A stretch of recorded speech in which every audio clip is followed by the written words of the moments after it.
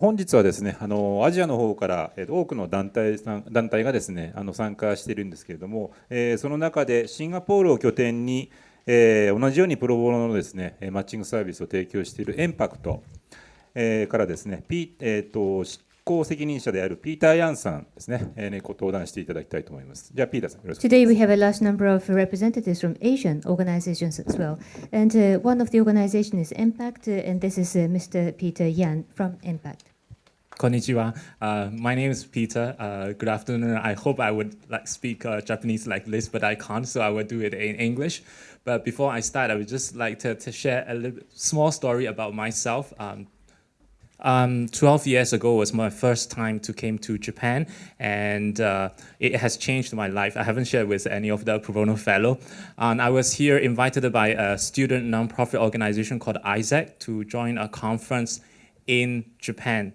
Talk about how, as a student, we can play a role to change the world. That event, I got so inspired, and it triggers me to volunteer, and in the future led me to start my social enterprise that is Impact. Yeah, so I feel it's an honor for me after 12 years come back and be able to do a little part to share our experience in Singapore as well as Southeast Asia. And so for today, I'm just going to share a little bit about what's the motivation for companies in Singapore. It could be local companies as well as MNCs operate in Singapore, why they do pro bono, and some of the examples, the case studies that we have worked with these companies, small or large, to implement their pro bonos in Singapore.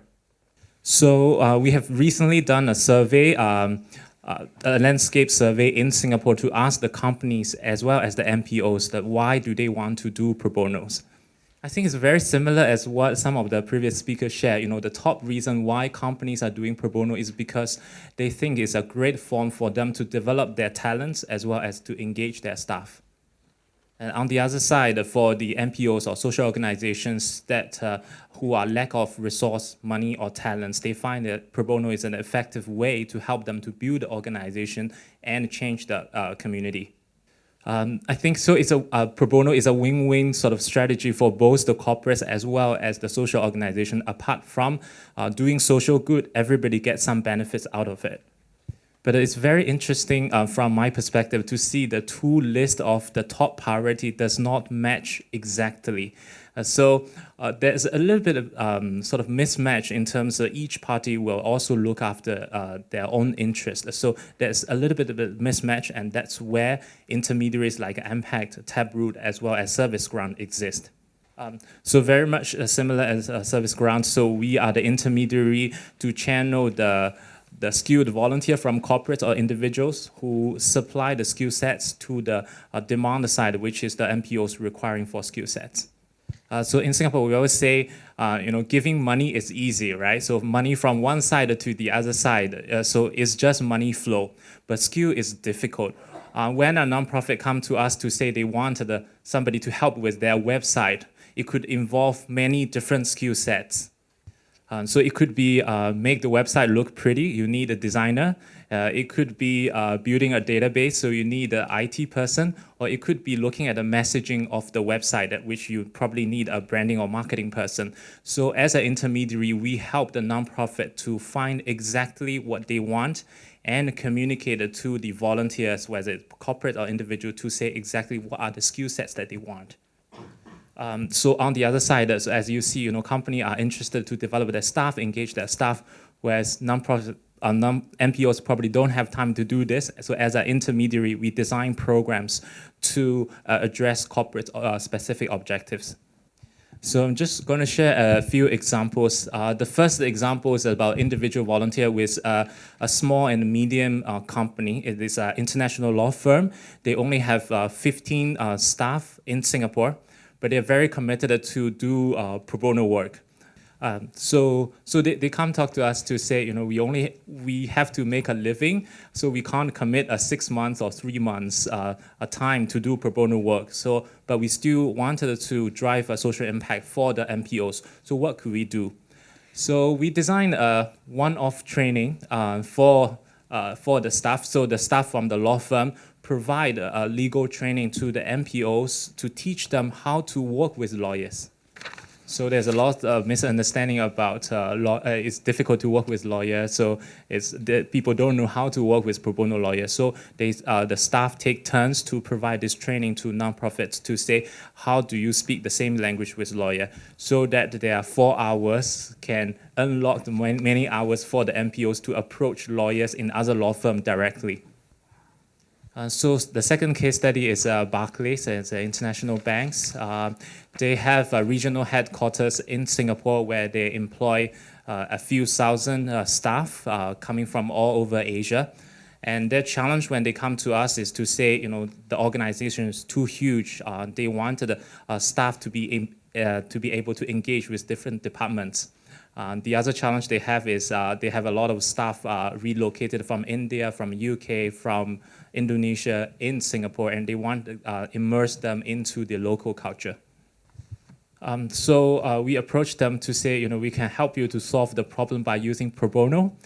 So they were not very sure because they said, we have staff who are doing finance, we are doing IT, doing compliance, doing operations. How can I get the 60 staff work together and offer pro bono to their selected social cause, which is help children and youth. And most of the staff would want to work with the beneficiary directly instead of doing pro bono. So what we did was design a half-day learning journey for all the 60 staff. We brought them to a special school so that the staff had a chance to talk to the beneficiary, the kids in the school. They had a conversation with the school principal, the teachers, and the admin staff to ask what their challenges are.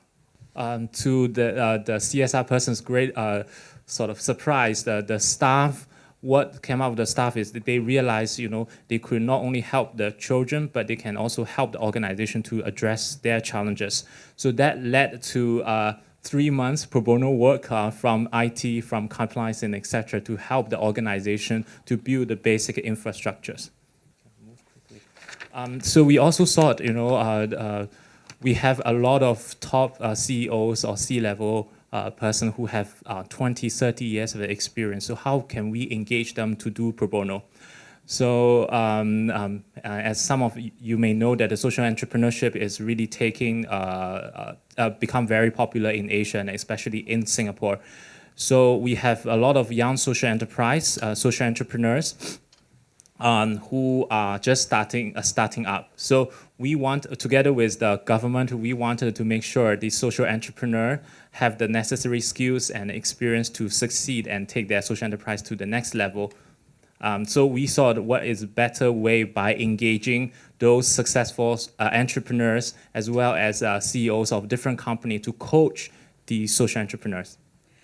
So we designed a program together with the ministry to have an 8 months long engagement. Each month, the CEO spent 2 hours coaching the social entrepreneur.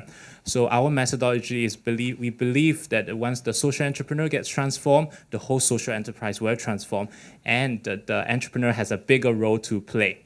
So we find the 5 mentors. Some of them are local listed company board members from entertainment business. We have successful entrepreneurs from food and beverage services, and we have multinational companies like P&G, as well as some local serial entrepreneurs. To our great surprise, after the program, the organization, the social entrepreneur get benefit a lot, but we were very surprised that all the mentor or the C-level person also get a lot from the program. Just give you a couple of examples. I think one of the mentor run F&B business. So he got so inspired by the social entrepreneur who employs disadvantaged people to work in F&B business. He decided that a part of his listed company, he want to employ disadvantaged people to run as a business model.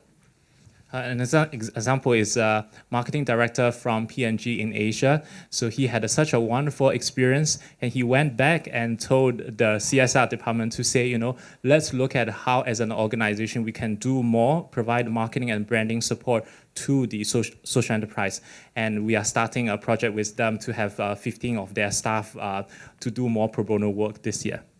Yeah, so we do believe so mentoring is a great way to get buy-in. So once the C-level, I think a lot of CSR manager was telling us that it's difficult to get buy-in internally, and we really see engaging the C-level to do pro bono as a start. Once they get a nice experience, they will start building the awareness and spread in the company. Okay, I only have 2 minutes, so I'll speak quickly. So on a regional basis, Singapore probably is very hard to find. It's a dot in the map. So I think many MNCs choose Singapore as the headquarter for their Southeast Asia sort of regional office. But I think what is less known is that a lot of international nonprofits also set their headquarters in Singapore. So we have probably about 150 international NGOs to set their Asia Center in Singapore. And that gives us a great chance to work with their Asia headquarters and spread pro bono in the respective country where they have program in. Just quickly, so we have worked with this NPO who have operations in four countries, in Myanmar, Thailand, and also in Singapore as well as the UK. So they face a lot of challenge of navigating the legal systems and compliance structures across borders. So what we did was having a law firm across Asia to provide a holistic advice to them. And everything was done remotely through Singapore to the headquarters and also spread around to the different organizations. So it has been 2 years, the partnership has been 2 years, and we are continuing doing a lot.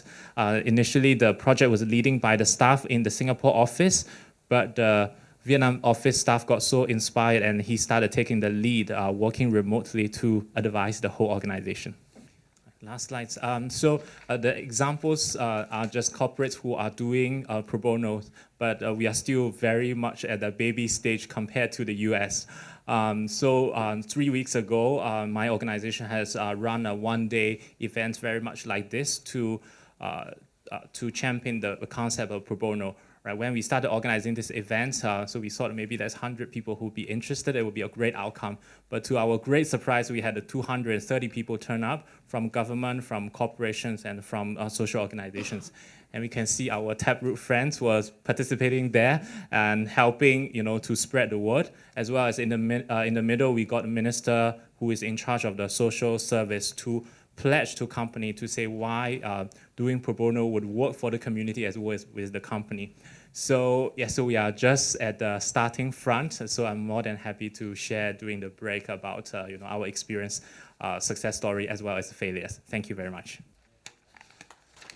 はい、ピーターさんどうもありがとうございました。